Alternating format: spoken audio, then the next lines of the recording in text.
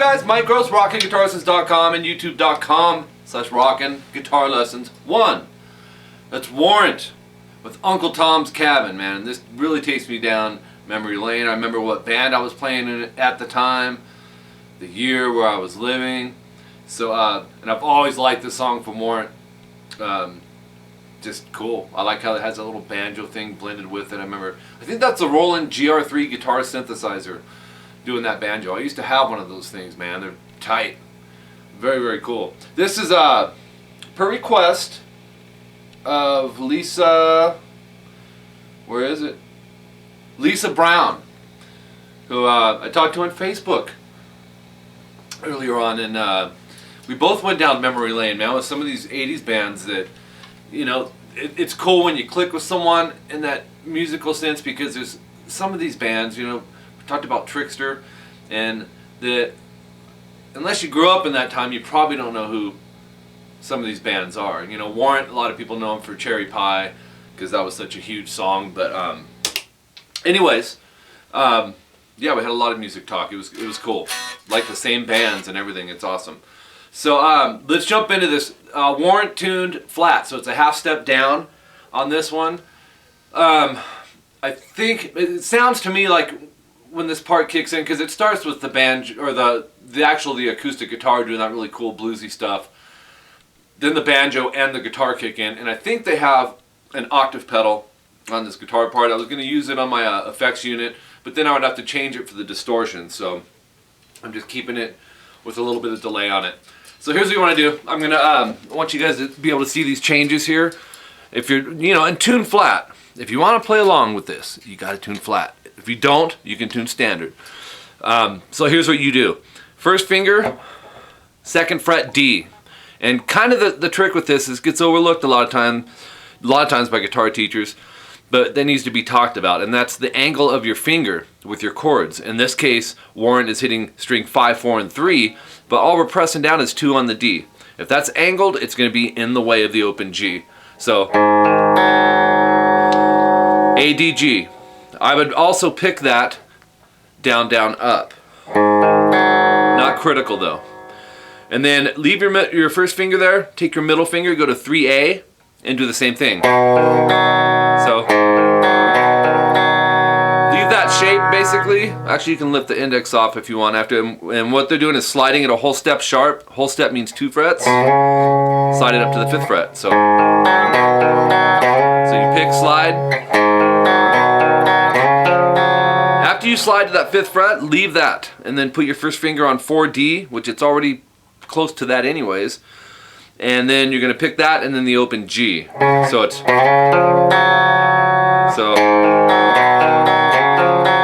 Then pick the A string again. And then pick the D string and hammer on to the 5th fret on the D string. Okay, so it's... Then keep both those fingers down.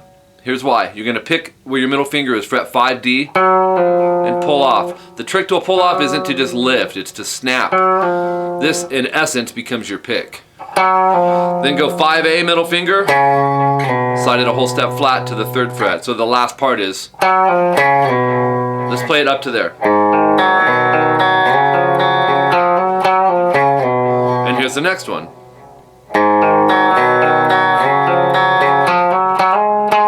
Show you what's happening there. Start the first 2 chord movements over. And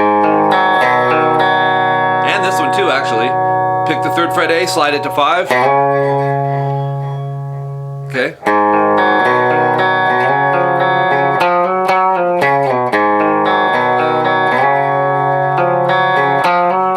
You'll do the A, D, and G. Then pick the A and D. When you pick that D4, hammer to the 5th fret, so it's... And then pick the 5th fret, slide to 7, so it's a whole step ascending slide. Once you get there, pick the 7. So it's... And then you start it over, go back to the very first one you did. And then here's the 4th one. So the first 2 shapes repeat. Then go 2A with your first finger and pick strings 5, 4, and 3. I would go down, down, up. And then they're hitting a G major chord. You're already part way there. 25% of the way there. Go middle finger 3E. You got the 2A, 3B, and 3E. And just strum all 6. And then that whole thing repeats. So let's play just that part. I'm going to show you the distortion part right after it.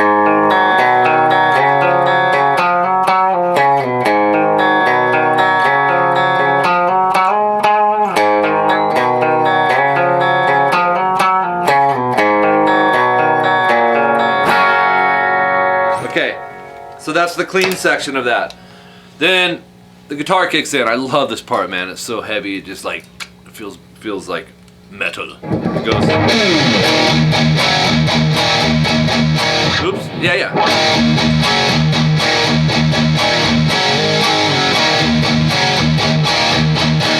Let me show you that. Actually, I'm going to show you the whole part. That was just part of it. So they're sliding. I like to show the little things. Take your middle or first finger, go up to around fret 5, and just slide it to around fret 3 or 2. As soon as you get there, boom. We have to bar the 2nd fret on the A and D. Don't hear the start note, don't hear the end note. You have to make it all one thing. Then, so we're hitting those two, right? And then palm mute the low E twice. And then go up to the 5th fret, bar that on the A and D. You don't have to bar it, by the way. You could use 2 fingers. Either way is cool. So after you hit the 5-5 AD, then you palm mute the low E open again 2 times. And then back to the 2nd fret A and D. And then 2 more palm muted E's.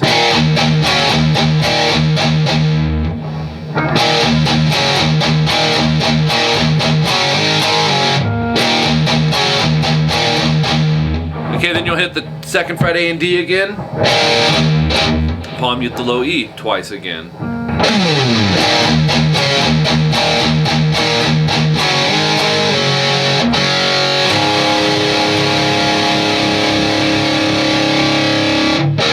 Make sure you're tuned. What's wrong with me? I wasn't tuned. Seriously, you guys.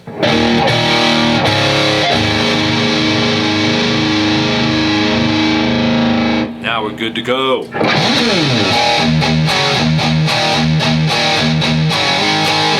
So 5 A and D, you're gonna pick those, slide them a whole step sharp to 7, and then reverse that. Pick the 7s and slide them to 5.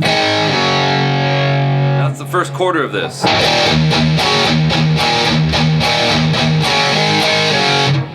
And then you start it over. Wait and see. I am getting lost. I'm seriously, my brain just tripped out here.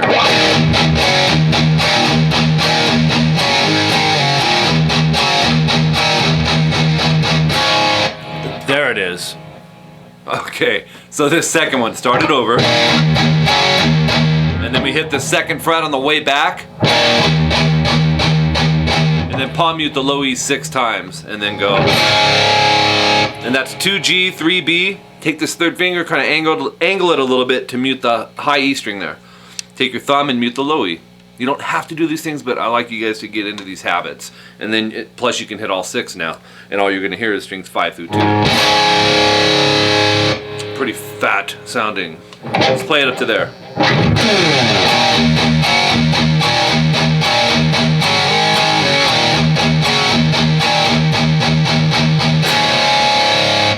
And then you play the first one again.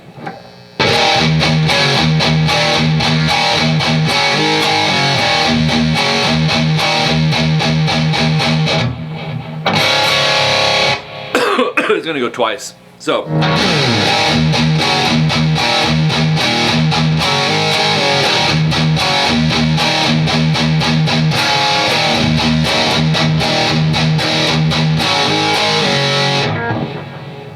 So that's the first one. So we got 3/4 of it.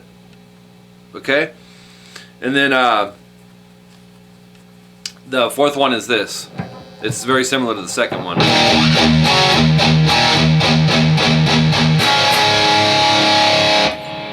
You'll hit the D chord twice this time instead of once. You'll hear the drums like da da, they'll kind of accent with it. So. Okay, try the whole distortion part.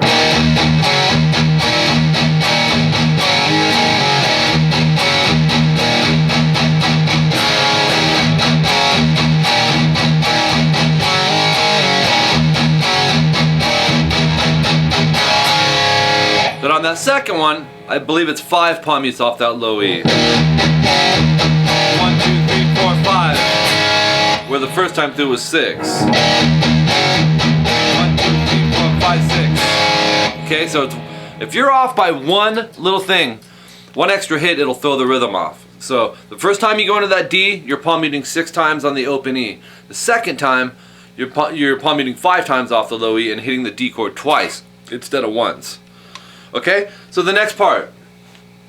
I'm going to sit down here. Drink my Red Bull. This is my sponsor, you guys. This is a hint to the Red Bull company. It's not, I don't sponsor Red Bull, but I want to. It's the only energy drink I like. So Red Bull, watch this. Come on, man. Just let me sponsor your drink, please. Because I can't be affording them big, humongous 10-gallon cans every day. So I'm downsizing. I like Red Bull. Okay, the next part is C add 9. Here's how you play it. 3A, 2D, open G, 3B, and 3E. Looks like a G major chord. You're going to hit strings 5 through 1. If you do hit string 6, you need to make sure you're muting it with the tip of your middle finger. Then take your middle finger and your index, move it up a string each. That gives you G major. These two chords are always played together. I mean, I think of Patience from Guns N' Roses, and Every Rose Has a Thorn from Poison. I mean, it's just constant. And then we go to D major. Now, when you transition to D major, your third finger is already where it needs to be. So don't lift it up if you don't have to. If it's easier for you to do that, then go ahead and do it. But, you know, long term, you will probably end up leaving the finger down if it's part of the next chord. So 2G, 3B, and 2E. Thumb mutes the low E up here. That way you can hit them all. And it's da da da.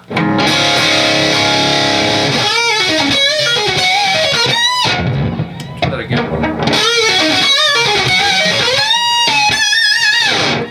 That part I want you to see. So after you do the D major,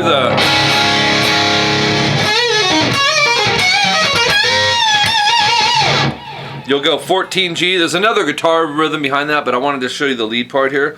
14G, third finger, full step, bend, release. That means it's 2 frets. When you bend, you have to know how far you're going. And believe me, from teaching my private students, people sometimes don't know. They're just like, they bend it wherever. It should sound like this when you're done bending. It should sound like fret 16. And I use 2 fingers behind it to help stabilize that bend, give you more control. My thumb is used as an anchor up here. But I'm not one of those teachers that says you have to do it. You know, everyone learns kind of different, but I want to tell you what worked for me. Okay, so we have, and then I'm pulling off to the 12th fret. So in process, I got to get this middle finger out of the way, right? And then go 14, 12 on the D, alternate pick, down up. So it's, if you get that little subgroup, man, the rest should come together. This one's a little harder though. 15B, 12B, same concept. This is using the pentatonic scale up here, the E minor. So I'm doing the same concept. I'm still putting this finger down, bending the 15 a whole step, releasing it. Get this out of the way, pull off to 12. Then 14, 12 on the G, down up on that. So same thing on 15 on the high E and 12 on the high E.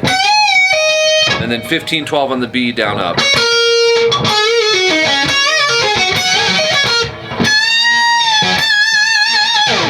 And that is 17 high E, third finger. I like to cram fingers behind it, bend it a whole step.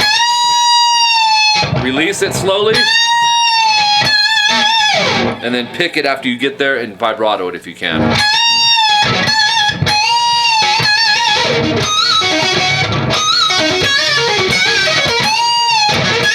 Reminds me of a Matthias Jabs riff, kind of.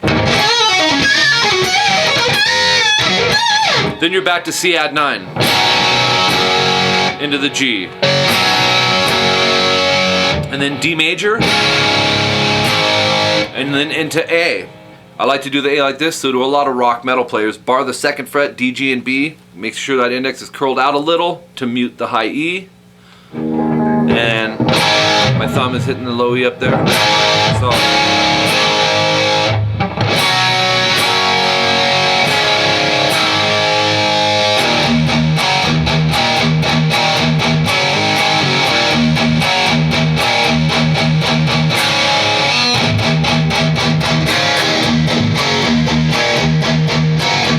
I'm blowing the end here. What the heck's going on?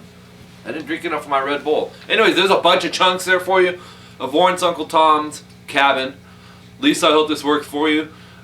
Search my channel, because the ones you said you were watching, those were early days, man.